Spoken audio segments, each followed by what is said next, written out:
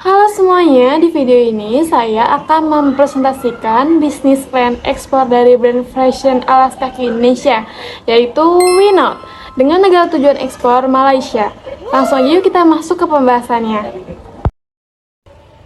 Jadi di presentasi ini ada 8 poin utama yang akan saya bahas, mulai dari executive summary, deskripsi produk, analisis pasar Malaysia, regulasi dan prosedur ekspor, strategi marketing mix 4P, proyeksi keuangan dan BEP, analisis resiko, sampai kesimpulan dan rekomendasi. Kita bahas satu persatu yuk. Executive Summary. Oke, pertama kita mulai dari Executive Summary.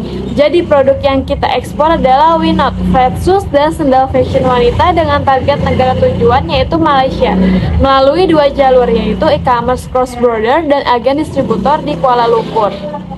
Nah, target pasar utamanya adalah perempuan usia 17 sampai 35 tahun. Segmennya itu M40 yang aktif di Shopee dan di TikTok. Entry mode yang kita pakai adalah Shopee MY dan Lazada MY, serta tambahan satu agen distributor di Kuala Lumpur. Untuk angka proyeksinya, di tahun pertama, Winot menargetkan penjualan 3.000 pasang, dengan proyeksi pendapatan sebesar 456 juta, gross marginnya itu adalah 30,7%, dan break even point-nya itu diperkirakan tercapai di bulan ke-7. Yang menarik, berkat AFTA, tarif bea masuk ke Malaysia adalah 0%, jadi peluang untuk sangat bagus untuk UMKM seperti Winot. Deskripsi produk, HPP, dan USP. Untuk struktur biayanya, HPP-nya itu rata-rata per pasangan untuk flash adalah 85.000 dan untuk sendalnya itu adalah 65.000. Komponen biayanya meliputi bahan baku upper, outsole, karet, insole, EV, dan tenaga kerja. Nah, ada 5 keunggulan kompetitifnya dari si Winot ini. Yang pertama itu sudah punya award bergengsi di 2023. Kedua, desainnya terinspirasi dari Key Fashion dan G Fashion, tapi harga tetap terjangkau. Nah, yang ketiga itu tidak menggunakan bahan dari hewan sehingga halal friendly. Ini sangat relevan untuk konsumen muslim di Malaysia. Yang keempat itu harganya kompetitif di kisaran mayoritas 45 sampai 120. Dan yang kelima itu koleksinya selalu diupdate setiap musimnya. Nah, yang selanjutnya itu adalah deskripsi produk atau spesifikasi. Sekarang kita masuk nih ke deskripsi produk. Jadi, Winot sudah berdiri dari 2019 dan mendapatkan award di 2023.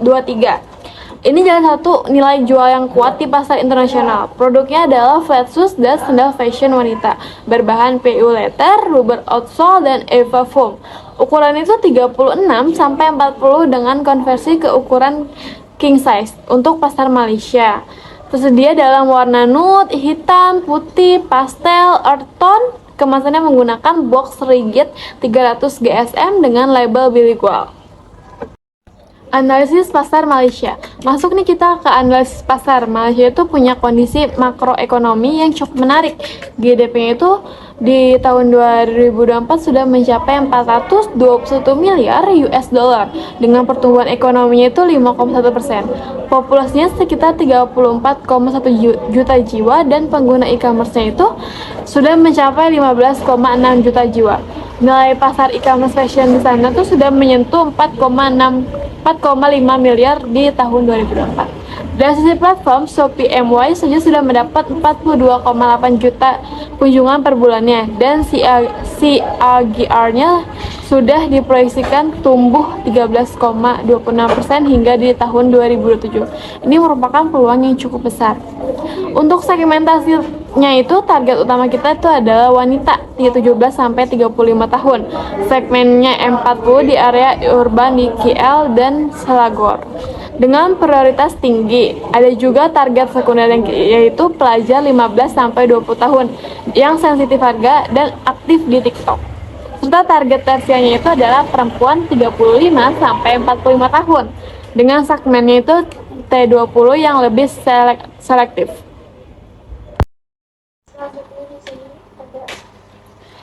Selanjutnya itu analisis kompetitor dan positioning. Sekarang kita lihat nih kompetitornya, ada Bata Malaysia di rentang mayoritas 50 sampai 150, Vinci mayoritas 60 sampai 180, Produk Cina di mayoritas 15 sampai 50. Brand Korea mayoritas 100 sampai 250 ribu.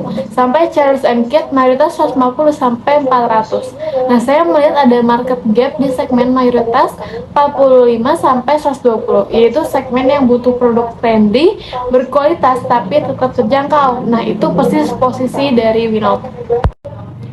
Dari analisis SWOT, kekuatan Winot ada pada award, desain key fashion, tarif 0% dari AFTA dan bahan halal friendly. Kelemahannya itu brand awareness Winot di Malaysia itu masih nol dan kapasitas serta modalnya masih terbatas sebagai UMKM. Peluangnya itu besar, e-commerce tumbuh 13% dan gap di segmen harga mayoritas 45 sampai 120 dan TikTok Shop Malaysia sedang berkembang pesat. Kelemahannya, brand awareness Winot di Malaysia itu masih nol dan kapasitas serta modalnya itu masih terbatas sebagai UMKM. Peluangnya itu besar, e-commerce-nya itu tumbuh 13%, ada gap di segmen mayoritas 45 sampai 120 dan TikTok Shop Malaysia itu sedang berkembang pesat. Ancamannya adalah dominasi produk Cina, fluktuasi kurs mayoritas dan kompetitor lokal yang sudah punya loyalitas. Step 8. Regulasi dan prosedur ekspor. Untuk regulasi dan prosedur ekspor, ada beberapa dokumen wajib yang perlu disiapkan dari sisi Indonesia, yaitu Commercial Invoice, Packing List, Bill of Lading, CO from D, untuk klaim tarif 0% AFTA, PEB dari Bea Cukai RI, NIB via OSS, dan APA atau Angka Pengenal Ekspor. Di sisi Malaysia, tarif bea cukainya itu 0% dengan CO from D, namun ada SST footwear sebesar 10%. Produk harus memenuhi standar MS ISO 20347.2013 dengan label kemasan wajib dalam bahasa Melayu dan bahasa Inggris. E-Corn terms yang sudah digunakan adalah FOB, Free on Board, di Pelabuhan Tanjung Priuk, Jakarta. Untuk transportasi pengirimnya melalui laut. Rutenya itu Tanjung Priuk, Port Clam memakan waktu 4-6 hari dengan biaya USD sebesar 25-40 per CBM. Cocok untuk volume besar. Kalau ada pemesanan mendesak bisa pakai jalur udara Sigika ke Kuala Lumpur 1-2 hari dengan biaya 3,5-5 USD per kilogramnya. Anggaran pemasaran dan kalender promosi. Di bagian marketing, total anggaran pemasaran tahun pertama adalah 54 juta yang dialokasikan ke beberapa pos seperti micro influencer itu sebesar 33% dan 22% untuk ads platform Shopee dan Lazada, 14% untuk TikTok dan 13% untuk pameran seperti Madrid. Kampanye saya sesuaikan dengan momen belanja di Malaysia. Januari sampai Februari ada CNY Flash Sale dengan target 500 pasang. Maret sampai April ada Raya Idul Fitri campaign target 700 pasang. Juli sampai Agustus itu ada Malaysia National Day dengan target 800 pasang di Q3. September Oktober itu fokus ke 99 dan 10-10 sale dengan target konversi iklan di atas 3%. Dan puncaknya itu November-Desember dengan 11-11 dan 12-12 serta year end sale. Targetnya itu 1000 pasang di Q4. Proyeksi keuangan dan BEP. Sekarang bagian keuangan. HPP rata perpasangannya itu adalah 75.000 ditambah biaya ekspor per unitnya itu 29.000. Sehingga total biaya variabelnya itu adalah 104.000 per pasang. Harga jual FOB-nya itu adalah rata-rata per 150.000.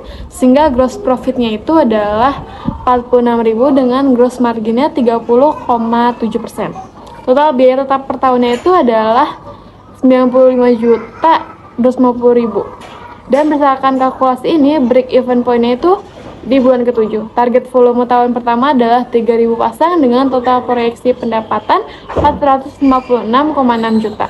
Kalau dilihat per kuartal, pendapatan tumbuh dari 75 juta di Q1 naik ke 105 juta di Q2, kemudian 135 juta di Q3 dan 142 juta di Q4. Trennya terus meningkat seiring makin dikenalnya brand Winots di Malaysia ini. Analisis risiko dan mitigasi. Saya juga mengidentifikasi 5 risiko utama berdasarkan cara mitigasinya. Yang pertama itu risiko nilai tukar, tingkat risikonya itu tinggi. Mitigasinya itu dengan invoice dalam USD, buka rekening valve, gunakan forward, contract, dan review harga per kuartal. Yang kedua itu risiko pasar dan brand. Menengah tinggi. Mitigasinya tuh dengan investasi agresif ke micro influencer, flash sale di Shopee, dan selalu menampilkan award 2003 sebagai bukti kredibilitas. Yang ketiga itu resiko kompetitor Cina menengah tinggi.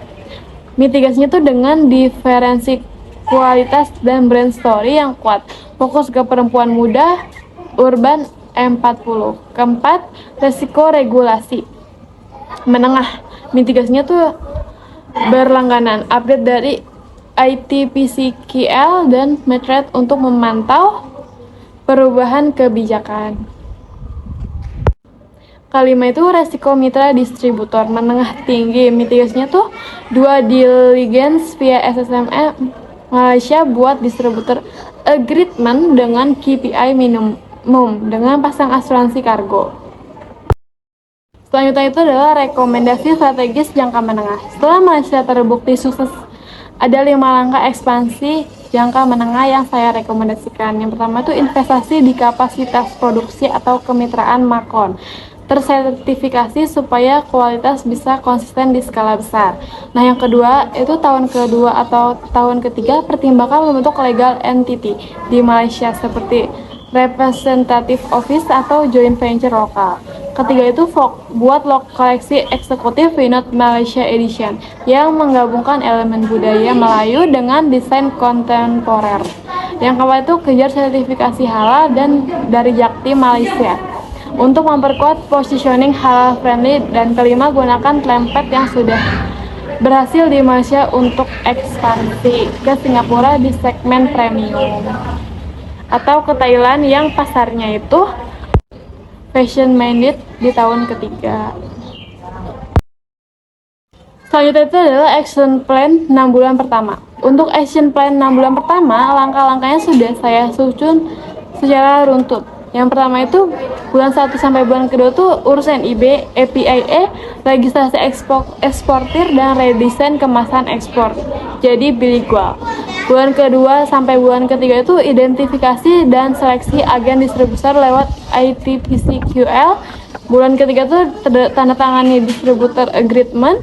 Bulan ketiga sampai bulan keempat tuh registrasi toko di Shopee MY dan Lazada MY. Listing minimal 20 SKU. Bulan keempat itu kirim sampel ke agen Malaysia dan tunggu approval. Bulan 4 sampai bulan 5 tuh onboarding 10 mikro influencer Malaysia. Bulan kelima itu lakukan shipment perdana 500 pasang via LCL lengkap dengan B atau L dan CEO form. Bulan 5 sampai 6 tuh jalankan kampanye launching di Shopee MY dan TikTok Malaysia. Target reach-nya itu lebih dari 50.000. Dan bulan ke-6 itu evaluasi penjualan, kumpulkan feedback produk, dan monitor pergerakan kurs target besarnya. Ekspor perdana 500 pasang dan toko aktif di Shopee MY serta Lazada MY dalam 6 bulan pertama. Nah, selanjutnya itu adalah sumber-sumber data yang saya pakai. Seluruh data dan analisis dalam bisnis plan ini bersumber dari referensi yang kredibel, antara lain Bank Negara Malaysia, BPS, Bank Indonesia, Kementerian Perdagangan, LPPI, ITC Trade Map, UN Trade Database, dan ASEAN Secretariat. Nah, sekian presentasi bisnis plan ekspor Winot ke Malaysia dari saya. Semoga bermanfaat dan memberikan gambaran yang jelas tentang potensi ekspor produk fashion alas kaki Indonesia ke pasar ASEAN. Terima kasih sudah menyimak.